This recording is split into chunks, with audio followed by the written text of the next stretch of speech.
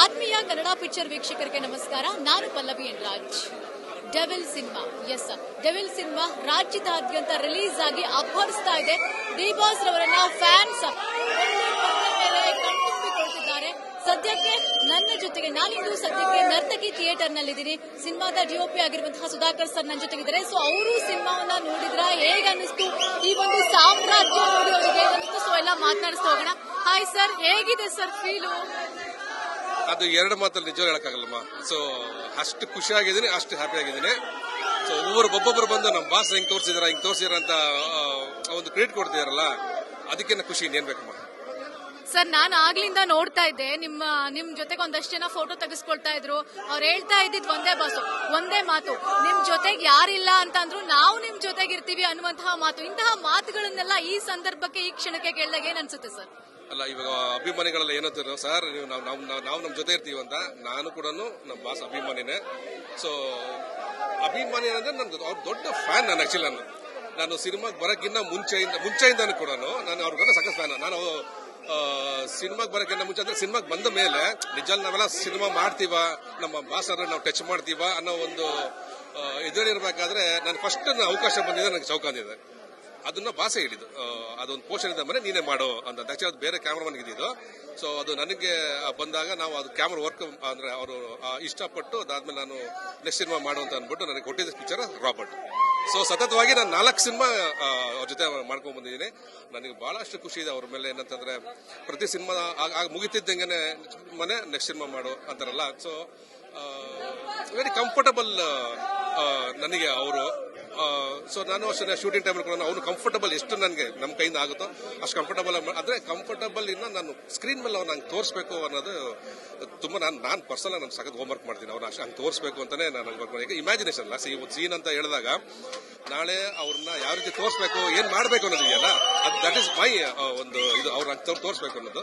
So very happy that ಇವತ್ತು ಎಲ್ಲರೂ ಬಂದು, ಎಲ್ಲರೂ ನಾನು ಹೇಳ್ತಾ ಇರೋದು, ಸುಮಾರು ಜನ ಬಂದು ನಮ್ಮ ಬಾಸ್ ಹಂಗೆ ತೋರಿಸಿ ಅಂತ ಎತ್ತು ಕುಣದೆಲ್ಲ ಇದು ಮಾಡ್ತಿರಲ್ಲ. ಸೊ ಆ ಪ್ರೀತಿ ವಿಶ್ವಾಸ ನಿಜ ಅಲ್ಲ, ಅದಕ್ಕೆ ಏನಂತ ಹೇಳ್ಬೇಕು ಅನ್ನೋ ಗೊತ್ತಿಲ್ಲ. Very grateful. ಸರ್, ನೀವು ಫ್ಯಾನ್ ಬಾಯ್ ಆಗಿ ಜೊತೆಗೆ ಸಿನಿಮಾದಲ್ಲೂ ವರ್ಕ್ ಮಾಡಿದೀರಾ. ಸೊ ಎರಡೂ ಕಂಪೇರ್ ಮಾಡಿದಾಗ ಅದೊಂದು ಖುಷಿ ಬರುತ್ತಲ್ಲ, ಔಟ್ಪುಟ್ ನೋಡಿದಾಗ ಹೇಗನ್ನಿಸ್ತು ಸರ್ ಆ ಕ್ಷಣ? ಅಲ್ಲ, ನನಗೆ ಫಸ್ಟ್ ಅವ್ರ ಕತೆಗೆ ಅವರು ಇದು ಡ್ಯೂಯಲ್ ರೋಲ್ ಅಂದಾಗಲೇ ನನಗೆ ಎಕ್ಸೈಟ್ಮೆಂಟ್ ನನಗೆ. ಯಾಕಂತಂದ್ರೆ ಇವಾಗ ಅವ್ರ ಜೊತೆ ನಾನು 3 ಸಿನಿಮಾ ಮಾಡಿದ್ದೀನಿ. ಒಂದು ಚೌಕ ಆಗಿರ್ಬೋದು, ರಾಬರ್ಟ್ ಆಗಿರ್ಬೋದು, ಕಾಟೇರ್ ಆಗಿರ್ಬೋದು. ಸೊ ಡೆವಿಲ್ ಮಾಡಬೇಕಾದ್ರೆ ನನಗೊಂದು ಚಾಲೆಂಜ್ ಏನಂತಂದ್ರೆ ಇದ್ರಲ್ಲಿ ಡ್ಯೂಯಲ್ ಕ್ಯಾರೆಕ್ಟರ್ ಇದೆ ಅಂತ. So this is also my first cinema. ನನಗೆ ಅಂದ್ರೆ ಡ್ಯೂಯಲ್ ಕ್ಯಾರೆಕ್ಟರ್ ಮಾಡ್ತಾ ನನಗೊಂದು ಚಾಲೆಂಜ್ ಇತ್ತು. ಅದಾದ್ಮೇಲೆ ನನಗೇನಂತಂದ್ರೆ ಅವ್ರದ್ದು ಒಂದು ಸಿನಿಮಾ ನಾನು ಅವ್ರು ನೋಡಿದ್ದೆ, ಬಾಸ್ ಒಂದು ಸಿನಿಮಾ ಮಾಡಿದ್ರು, ಆಕ್ಚುಲಿ ಡ್ಯೂಯಲ್ ಕ್ಯಾರೆಕ್ಟರ್ ಒಂದು ಸಿನಿಮಾ ಮಾಡಿದ್ರು. ಅದಾದ್ಮೇಲೆ ನಾನು ಆದ್ರೆ ಅವ್ರನ್ನ ಸಖತ್ ಸ್ಟೈಲಿಶ್ ಆಗಿ ಪ್ರೆಸೆಂಟೇಷನ್ ಮಾಡಬೇಕು, ಕೃಷ್ಣ ಒಂಥರ ಕಾಣಬೇಕು, ಡೆವಿಲ್ ಒಂಥರ ಕಾಣಬೇಕು ಅಂತ. ಆದ್ಮೇಲೆ ಇಬ್ರು ಡೆವಿಲ್ ಆಗಿ ಒಂದು ಫ್ರೇಮ್ ಅಲ್ಲಿ ಬಂದಾಗ ಅದನ್ನ ಹೆಂಗ್ ಯಾವ ರೀತಿ ತೋರಿಸಬೇಕು ಅಂತ ಬಹಳಷ್ಟು ವರ್ಕ್ ಮಾಡಿ ಇದನ್ನ ಮಾಡಿರೋದು. ಸೊ ಇವತ್ತಿಗೆ ಎಲ್ಲರೂ ಬಂದು ತುಂಬಾ ಚೆನ್ನಾಗಿದೆ ಅಂತ ಹೇಳ್ತಾರಲ್ಲ, ಅದು ಅದಷ್ಟು ಖುಷಿ ನಮ್ಗೆ ಇನ್ನೇನ್ ಬೇಕು. ಸರ್, ದರ್ಶನ್ ಸರ್ ಏನಾದ್ರು ಹೇಳಿದ್ರ, ನಿಮ್ ಜೊತೆಗೆ ಮಾತಾಡಿದ್ರ ಆ ಸಂದರ್ಭದಲ್ಲಿ ಸಿನಿಮಾದ ಬಗ್ಗೆ, ಅವ್ರ ಕ್ಯಾರೆಕ್ಟರ್ ಬಗ್ಗೆ ಏನಾದ್ರು? ಅಲ್ಲ, ಇವಾಗ ನಾವು ಕತೆ ಎಲ್ಲ ಕೇಳಿದಾಗ ಅವ್ರು ಒಂದೇ ಮಾತಾಡೋದು, ಸುಧಾ ಅಂತಾರೆ ಅಷ್ಟೇ. ಅವ್ರು ಇನ್ನ ಒಂದೇ ಮಾತಾಡ್ತಾರೆ, ಅದರಲ್ಲಿ 100 ಅರ್ಥ ಇರ್ತದೆ. ಅಂದ್ರೆ ನೀನ್ ಏನ್ ಮಾಡ್ಬೇಕು, ಹೆಂಗ್ ಮಾಡ್ಬೇಕು, ಯಾವ ತರ ಮಾಡ್ಬೇಕು.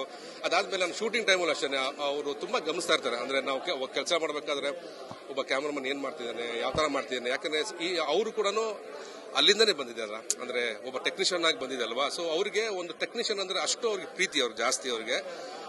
ಸೊ ಕೆಲಸ ಮಾಡಿದ ಪ್ರತಿ ನಾವು ಸಿನಿಮಾ ಮಾಡಿದ ಮೇಲೆ ಮತ್ತೆ ಅವರು ನನ್ನೊಟ್ಟಿಗೆ ಇನ್ನೊಂದು ಸಿನಿಮಾ ಮಾಡೋ ಅಂತಾರಲ್ಲ, ಅದರಷ್ಟು ಅದೊಂದು ಸಂಪಾದನೆ ಮಾಡಿದೇವಲ್ಲ, ದಟ್ ನನ್ಗೆ ಅದೊಂದು ಖುಷಿ ನನಗಿದೆ. ಸರ್, ಈ ಡಿ ಬಾಸ್ ಸಾಮ್ರಾಜ್ಯ ನೋಡಿ ಏನ್ ಅನ್ನಿಸ್ತು ಸರ್ ನಿಮ್ಗೆ?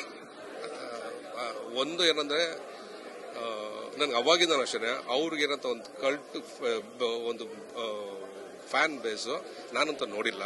ಸೊ ನಿಜವಲ್ಲ ಅದೊಂದು ಗಾಡ್ ಗಿಫ್ಟ್ ಅಂತಾರಲ್ಲ, ನಿಜವಲ್ಲ ನನ್ನ ಬಾಸ್ಗೆ ಅದೊಂದು ಗಾಡ್ ಗಿಫ್ಟ್ ಅಂತ.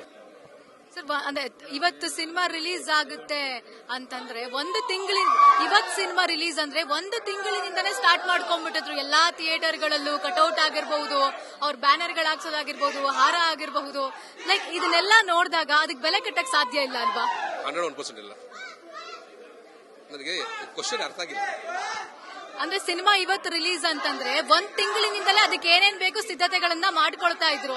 ಜಸ್ಟ್ ಇದನ್ನೆಲ್ಲ ನೋಡಿದಾಗ ಬೆಲೆ ಕಟ್ಟಕ್ಕಾಗಲ್ಲ ಅಲ್ಲ? 100% ಇಲ್ಲ. ಇಟ್ಸ್ ವರ್ಕ್ ಇಸ್ ವರ್ಕ್ ಅಲ್ವಾ, ಅದನ್ನ 24 ಅವರ್ಸ್ ಕೂಡ ನಾವು ಕೆಲಸ ಮಾಡಿದೀವಿ. ಓಕೆ, ಇವಾಗ first day first show fans ಜೊತೆಗೆ ನೋಡಿದಾಗ ಏನನ್ನಿಸ್ತು? ಅದು ಬೇರೆ ಫ್ಯಾಮಿಲಿ ಜೊತೆ ಬೇರೆ ಬಂದಿದ್ರು, ವಿಜಿ ಮೇಡಮ್ ಬಂದಿದ್ರು, ವಿನೀಶ್ ಅವ್ರು ಬಂದಿದ್ರು, ಧನ್ವೀರ್ ಅವ್ರು ಬಂದಿದ್ರು. ಸೊ ಏನಾದ್ರು ಮಾತಾಡಿದ್ರ, ಕಾನ್ವರ್ಸೇಷನ್ ಆಯ್ತಾ? ಅಲ್ಲ, ಅವ್ರು ನೋಡಾದ್ಮೇಲೆ ಒಂದೇ ಮಾತಷ್ಟೇನೆ, ನಮ್ಮ ಬಾಸ್ನ ಸಖತ್ತಾಗಿ ತೋರಿಸಿದ್ರ, ಅದೊಂದು ಒಂದು ಕ್ರೆಡಿಟ್. ಸೊ ಅದು ನಮ್ಗೆ ಖುಷಿ ಆಯ್ತು. ಅದು ಆಮೇಲೆ ಸಿನಿಮಾ ಬಂದು ಒಂದು mass entertainment cinema. You will love it. ಅಂದ್ರೆ you will enjoy 2.5 hours cinema ಏನಿದೆ ಅದನ್ನ ನೀವು ಎಂಜಾಯ್ ಮಾಡ್ತೀರಾ. ಅದಂತೂ 101%. ಸೊ ನಾನು ಎಲ್ಲ ಅಭಿಮಾನಿಗಳಾಗಲಿ ಪ್ರೇಕ್ಷಕರಾಗಲಿ ಎಲ್ಲ ಹೇಳೋದಂದ್ರೆ, ಬಂದು ಈ ಸಿನಿಮಾನ ನೋಡಿ, ಒಂದು ಒಳ್ಳೆ entertainment cinema. You will enjoy it.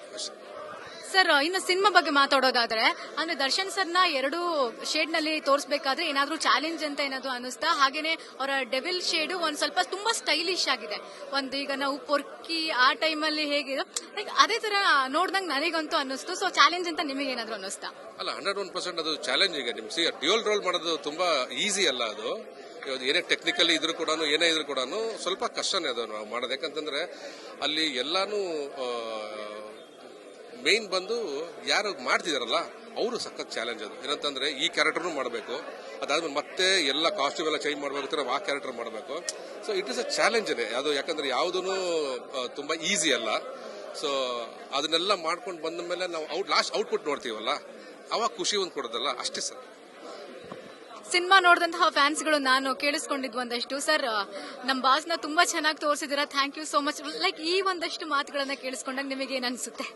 ತುಂಬಾ ಖುಷಿ ಆಗುತ್ತಮ್ಮ. ಸೀರಿ ಅದನ್ನೇ ಹೇಳ್ತಾರದು, ಅವ್ರನ್ನ ನೀವು ಅಷ್ಟು ಚೆನ್ನಾಗಿ ತೋರಿಸಿದ್ರ ಅಂತ ಅದೊಂದು ಕ್ರೆಡಿಟ್ ಕೊಡ್ತಾರಲ್ಲ, ಅದಕ್ಕಿಂತ ಖುಷಿ ಇನ್ನೇನ್ ಬೇಕು. ನಾವು ಇವಾಗ ಏನು ಆ ಸಿನಿಮಾಗೆ ನಾವು ಅಷ್ಟು ಕಷ್ಟ ಬಿದ್ದು ಕೆಲಸ ಮಾಡಿದ್ದಕ್ಕೆ ಇವತ್ತು ಒಂದು ಪ್ರತಿಫಲ ಅಂತ ಒಂದಿರೋದಲ್ಲ, ಅದು ಇವತ್ತು ನನಗೆ ಸಿಕ್ಕಿದೆ ಅಂತ ಅನ್ಕೊಂಡಿದ್ದೀನಿ.